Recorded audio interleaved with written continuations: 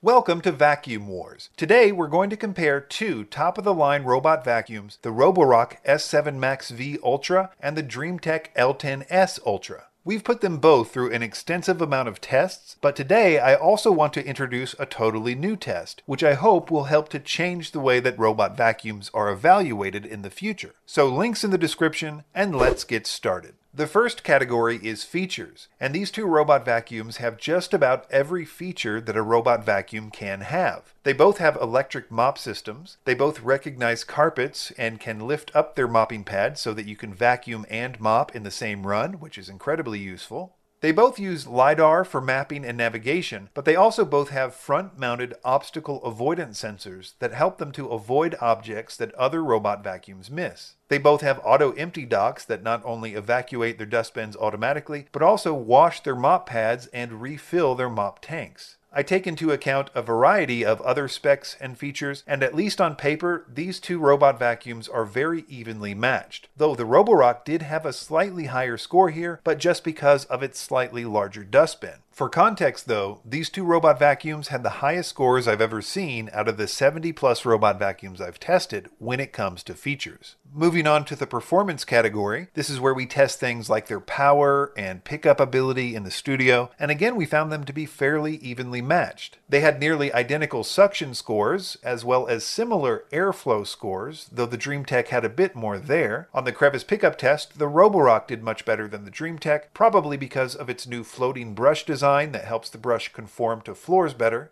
And while they were both significantly above average with the carpet deep clean test, where we see how good they are at picking up deeply embedded debris in carpets, the Dreametech L10s did do better than the Roborock there. While I don't give them scores for their pickup ability, I found them both to be great with picking up debris of all shapes and sizes on both hard floors and carpets. Though I did feel like the Roborock was better with picking up fine debris on hard floors than the L10, though it was a minor difference. Though they use different methods to mop floors, for example, the Dreametech L10s uses a spinning brush system, where the Roborock uses a vibrating mop pad system, I didn't find any significant differences in their mopping ability. Though there is one issue with the L10s that was negative, but I'll talk about that in the next section. But to conclude the performance category, I have the Roborock S7 MaxV just beating out the Dreametech L10s 89 to 84. Moving on to navigation, which is part of the all-new test system which I mentioned at the beginning. The idea was to first standardize a floor plan at my house that will not change and can be recreated every time. Then, after giving each robot vacuum several test runs, I give each of them 3 full runs in different conditions and different power settings, which results in a ton of data to analyze. We then break that data down into 6 different scores, and this is what we found.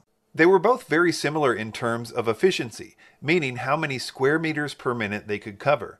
But speed isn't everything. You also have to consider how much area they actually cleaned during that time, and the Roborock consistently covered 2 square meters more than the L10s, 33 to 31.